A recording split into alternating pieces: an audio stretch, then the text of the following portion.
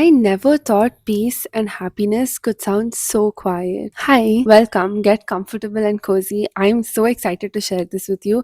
I've been thinking about this ever since January, and I think I'm finally in a place where I feel content and happy to talk about it. So, let's go back to the beginning. In January, I was diagnosed with pneumonia, and it was the worst. I was in the hospital for a couple of weeks. My condition was very serious. When I was on the hospital bed, the one thing that kept haunting me was how, ever since the first year of college, all the decisions I made, all the tasks I did, felt like I was doing them because it was an obligation to do it. And I couldn't think of a single thing, even when it came to my hobbies, I couldn't think of a single thing or a single moment where I genuinely felt happy doing it. So even when I was painting, I felt like I was painting because I didn't want to lose it as a skill instead of me painting it because I genuinely enjoyed doing that. So when I was there, I made a promise to myself that once I got better, I would focus on doing things that genuinely brought me joy and happiness, regardless of it being productive or not. And I think I'm finally in a place where I'm excited to wake up every single morning because I have so many side projects going on which genuinely just bring me joy. I'm not doing it for social media, I'm not doing it for somebody else or because it's expected of me or because it look good on my resume. I'm just doing it because even though it may be silly, it brings me so much happiness. It feels like, if you've ever played a RPG open world game, these soft, small side quests that your characters can go on because it's an open world game, and those side quests are like the joy of the game itself. That's how it feels. It feels like I'm straying from this written path that has been laid out for me, and I'm doing other things that actually make me feel alive. Rilke, in the Letters to a Young Poet, says, Nobody can advise you and help you. Nobody. There is only one way. Go into yourself. Examine the reason that bids you to write. Check whether it reaches its roots into the deepest region of your heart. Admit to yourself whether you would die if it should be denied you to write. This, above all, ask yourself in your night's quietest hour, must I write? Dig down into yourself for a deep answer. And if it should be affirmative, if it is given to you to respond to the serious question with a loud and simple, I must, then construct your life according to this necessity. Your life, right into its most inconsequential and slightest hour, must become a sign and witness of this urge. I think for me, the urge was and has always been the need to create, even if it is shitty, even if it looks silly, just to make things with my hands, to bring to life an idea that's in my head, either through painting or anything else. And I feel like I kind of shut it down because it just didn't feel productive enough, especially when I was studying for my CA intermediate exams and I finally got into articleship. It felt like it was very childish of me to keep craving to paint and play with things like clay and stuff like that. But now these small little joys that I found, they feel like the most essential part of my day. I think I'm slowly building a life that I'm excited to wake up to and face. Daily life is no longer a challenge, but an adventure. And I love that. I love it so much. And I feel like these passion projects are genuinely saving my life and keeping me afloat. So I thought I'd just share them with you. So if you're unable to find the joy and spark in life, maybe this can help you reignite your imagination and make you feel that thrill of waking up every day and making every day your own.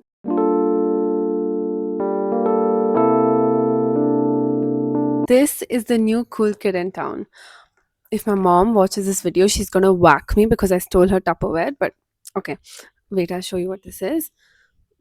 Clay. It's almost over. This was air dry clay that I got from Artso. I started playing with clay because I saw a bunch of videos and pictures on Pinterest. People were sculpting dolls and stuff with clay. And I saw that and I was like, I need to be able to do that. I want to make something with my hands, like physically. So I got myself a pack of air dry clay. I don't think it's very beginner friendly because I struggled so hard with it. The thing is, it gets very sticky and it coats your entire palm. It's so messy and it's honestly very hard to sculpt. I think if you get like polymer clay, like a premium polymer clay, like Sculpey or something. That might be better as a beginner. This was genuinely harder to work with. I'll show you some of the things I've made, then I'll talk about the tools that I'm using. Okay, look at this. This is the small girl toy. If you can't see this, I'll put up pictures so you can see it better. Look at her. She's so cute. I love her so much. This is one doll, and this is the boy doll. Look at him. He's so cute. He's so cute and small. I love the size of these dolls. I love playing with them. I'm working on a couple of small keychain charms. I think I broke the horn. Yeah, I need to fix this. But see, this is a cute little demon. Once I fix one of its horns and paint it, it'll look really cute. If I've finished doing that before I release this video, I'll put up pictures of that as well. Yeah, this is a small little keychain. I have a bunch of other things that I'm working on right now. Oh, for the dolls, I have a structure where I'm going to place them in, and that's the structure. There are two pillars with vines and roses. I still have to paint the base. I'm really excited. I love playing around with clay. You know, this reminds me of nursery. So, when I was in nursery, the teachers would hand out packets of Play Doh. We would spend almost like 2 hours just playing with it, rolling it into balls, and making snowmen. I loved it. I used to like going to school just because they would give me clay to play with. And I don't know, it's kind of weird, isn't it? Because I've forgotten like a thing that used to bring me so much joy and excitement as a child. Now it's like only when I bought it and started playing around with it, all these memories came flooding back to me. It makes me wonder how many other things I've just lost to time like that. How many other joys and pieces of happiness I've just forgotten because I didn't put in the effort to keep it alive. Okay, so the tools.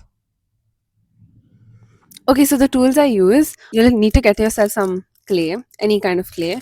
These are the basic tools that I'm using. People have a lot more tools. I bought a lot more tools, but I just don't use them. I think these are the basic ones that you may actually need. This is one scoopy thing. I'm not really sure what it's called. I'm not a professional at any of these things. I just use it to like scoop and sculpt the face. Very nice to use, quite handy. The handiest one I would say is the stabby tool. I love it. This is the best. You can make like small scores and then attach other pieces. Like for the arms and everything, I use the stabby tool. It's also quite handy because you can carve in your little details with this. The best. This is the best, most important tool if you ask me. I have this. I don't remember using it. I think I use this to scoop out clay from the packet. This is just a palette knife, quite optional, and a sponge. This is usually I use this to like clean my tools, which I clearly haven't done. I will do that. You can smooth out your creations with this, so it has a nice smooth texture once you're done. That's what I use this for. Yeah, I think that's about it. It's not quite hard to get into. You've most likely played with clay or dough before in your life. It's the same thing. You don't have to make something really brilliant. I'm just like playing around with small, cute things. Doesn't have to be perfect. You're just having fun.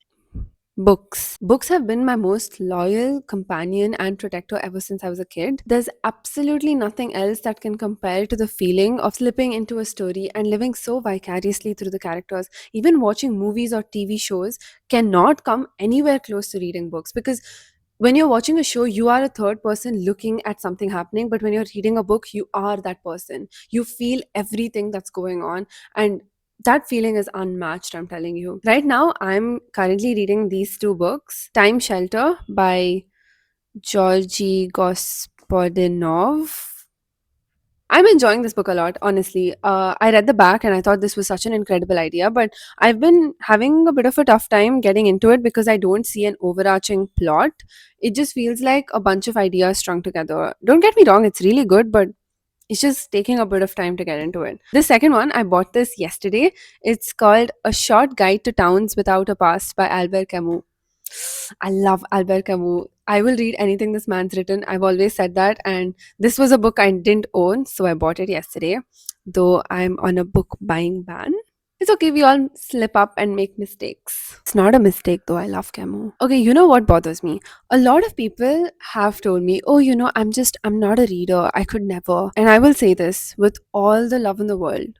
you're wrong. You are a reader. You just haven't found your book. You haven't found your genre. So let me kind of help you with it. Even if you haven't touched a book ever since school, maybe school made you hate it, or if you want to get back into reading, let's fix that. So if you hate slow stories, go for thrillers, go for murder mysteries, go for fast paced fiction, because that'll get you flipping the pages and the mystery keeps you hooked from start to finish. If you love movies and TV shows, think of your favorite ones. What genre are they? If you love rom coms, read romantic fiction. If you love crime shows and true crime documentaries, read psychological thrillers. If you like intricate world building and realities that are not our own, think of fantasy. Pick up any YA fantasy or any adult fantasy as well. If you don't want to get into very big books at the beginning, go for shorter novellas, go for essays. Do you want to feel things deeply? Literary fiction. That's my favorite genre of all time. Go and look for any lit fic book and you will love it. If you think reading is boring and you can't sit in a place and concentrate on something and you want to do something else while you're at it, look for audiobooks in your preferred genre. And if you're a visual creature, think of graphic novels and comics. There's this book called This One Summer. I read that graphic novel every summer. It is incredible. It gets you into the mood. It's about girlhood and growing up. Such a good book. So, yeah, pick up any of these books, explore what you like, and maybe then you'll realize what I'm talking about. If you don't want to invest in books and you're still figuring out what you like, maybe subscribe to a local library, or if you're still in school or college, go and check out the libraries in your campus. You'll actually find treasures there. So the next thing is colored pencil, gouache, and watercolor. I've been drawing and sketching ever since I can remember. Pencils and crayons always got me excited like nothing else ever could when I was a kid. There's a form of control when it comes to color pencils that you can't get with any other art medium. I think it's one of the easiest things to get into. The color pencils that I use are the Faber-Castell Polychromos, the big set. I've removed some of the pencils from there and put it in this pouch. Yeah, I love these color pencils. I've been using it for years actually. That's it. All you need to begin sketching is a pencil and a paper. If you want colors, that's completely optional, and you can just go and buy yourself any color pencils in your local shop till you get a hang of it and you want to invest in more expensive ones. There is this loss of control you face when you start painting as opposed to color pencil, because the colors bloom on paper and it's quite harder to control it than a pencil which you're just holding in your hand. I'm the sort of person who loves structure, okay? Until I realize it imprisons me and then I start hating it. So it was in 11th grade that I started hating it. And I thought, leave color pencils, I'm going to start exploring watercolor. I bought myself this small palette that I've used ever since. I had like tube paints, I guess. I didn't enjoy those. But as I explored watercolor, I realized that I didn't quite enjoy that complete loss of control that I felt with watercolor, and it is quite harder to master. So that's when I started exploring acrylic. I hate that medium, okay? I understand that a lot of people like acrylic, but I just hate it. I hate that it dries so quickly, and I don't have more time to sit with the paint and explore what I'm doing before it just dries and it's gone. And I don't like that I can't reactivate the paint. That's when I learned about this medium, gouache. It is a kind of mix between acrylic and watercolor. You get the control of acrylic and you also have that freedom you get with watercolor. You can reactivate these paints, and Himi gouache has always been my go-to gouache. I had a huge box of it before, but it kind of dried out and got all moldy, so I bought this new one. I love the set. This is a twin box set. I love that it has pastel colors. This is now my favorite palette. I love this palette so much. This is a really good set of colors. I think it was around 3,000 rupees. My favorite. This has been my favorite paint so far. You know the clay dolls that I made? You can paint them with Hemi gouache as well, but you'll have to wait for it to completely dry before you glaze it with varnish or resin. I've had people come and tell me, wow, so much talent. I don't even know how to draw a circle.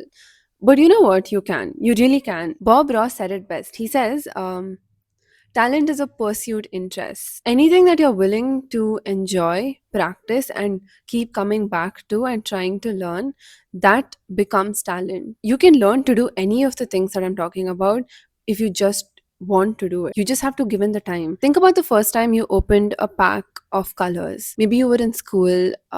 Think about that excitement you most likely felt. Did you feel misplaced? Did you feel like, oh, I'm touching something I shouldn't be? These are meant only for artists. Or did you genuinely feel excited when you saw a bunch of colors and so much possibility in just a packet. You know, that feeling, that rush of excitement, that's all it takes. It's just a tiny spark of joy, and I promise it's still in you if you just allow yourself to try and fail. Go pick up a pack of crayons or color pencils if you want control over what you're doing, or if you just want to have fun and get messy. Go for watercolor, or if you want to mix between both of them, you want a little bit of control while also being a little messy, go for gouache. All of these, the ones that I'm using, may be a little bit expensive because I've kind of practiced and I've been painting for years now, but you can go for the basic beginner packet and you can still have a lot of fun. Okay, so writing, it's weird. It wasn't poetry or a grand novel that kind of made me feel like I should get into writing. It wasn't even journaling. This might sound nerdy, but it was my English grammar compositions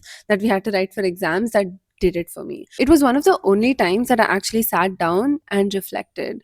I fill my days up with so many projects, to dos, and tasks that I rarely, if ever, get time to just sit down and think about things and introspect about my life. I think during exams where I was sitting there and they gave us these weird prompts to write these essays, I genuinely had time to sit and reflect and think about things. And I loved writing those essays so much. It gave me a way to write about things that never actually got into everyday conversations, things I didn't allow myself to think because I was so busy all the time. And something about that activity kind of stuck with me. Even though I lost it when I entered college and life got even more busy with CA and everything, I still found myself returning to it once in a while. Writing has always helped me untangle things and store memories. Isn't it wonderful that we as humans have found a way to actually freeze time and put them into tiny capsules with just words? So whenever I go back and read what I've written, it feels like I'm reliving a moment in time that is just frozen. They act like little